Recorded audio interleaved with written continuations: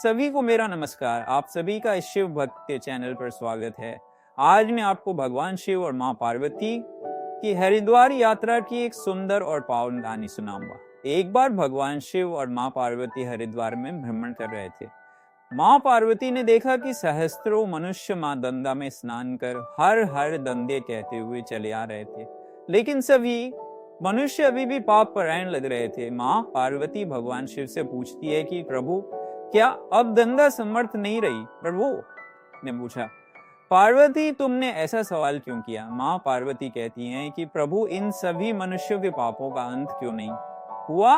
भगवान शिव मुस्कुराते हुए कहते हैं कि पार्वती, गंगा तो अभी भी सर्व समर्थ है, लेकिन इन सभी ने पाप नाशिनी गंगा में स्नान नहीं किया ही नहीं। मां पार्वती विस्मित होकर बोली, प्रभु, अभी तो गंगा में स्नान कर इन लोगों के शरीर भी नहीं सूखे और आप कह रहे हैं कि इन्होंने पापनाशिनी गंगा में स्नान नहीं किया। भगवान शिव ने कहा, पार्वती, मैं कल तुमको इस बात का भेद बताऊंगा।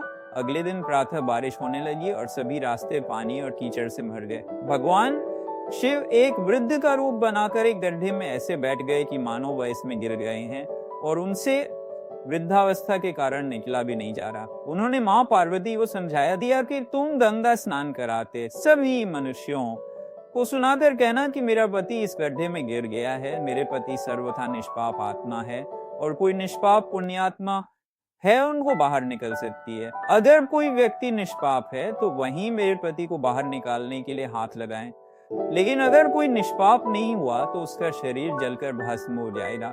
मां पार्वती अब गड्ढे के पास बैठ गई और सभी को सुनाकर कहने लगी, हर कोई सुंदर स्त्री को प्रलाप करते हुए देखकर रुक जाता। एक सुंदर स्त्री को वेदना में देख हर कोई उनकी मदद के लिए तैयार हो जाता, लेकिन जैसे ही वह वृद्ध वेशधारी भगवान शिव को बाहर निकालने के लिए हाथ बढ़ाने लगते, माता पार्वती तुरंत उन्हें टोक देती। वह कहती, मेरे पति सर्वथा निष्पाप आत्मा है और कोई निष्पाप पुण्यात्मा है उनको बाहर निकल सकती है।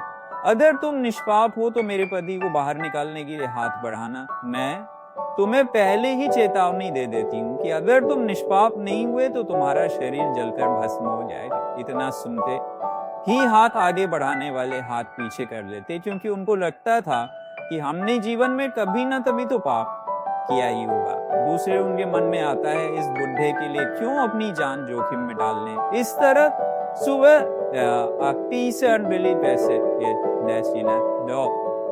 संध्या हो गई, हजारों लोग स्नान कर चले गए, लेकिन किसी ने भी वृद्ध को निकालने की हिम्मत नहीं की। शाम के समय एक युवक हाथ में लोटा ले वहां से गुजरा तो मां पार्वती ने उसको भी अपनी व्यथा सुना दी। जब वह मदद करने के लिए हाथ बढ़ाने लगा तो उससे भी वही बात कही जो अब तक वहां से गुजरे हजारों लोगों को कही थी, अगर तुम सर्वथा निष्पाप हो तो ही मेरे पति को हाथ लगाना, नहीं तो तुम भस्म हो जाओगे। वह युवक बोला, माता, मैं अभी तो पतित पावनी गंगा में स्नान करके आया हूँ और गंगा स्नान के पश्चात तो सभी पाप नष्ट हो जाते हैं। मैं अभी आपके पति को बाहर निकालता हूँ।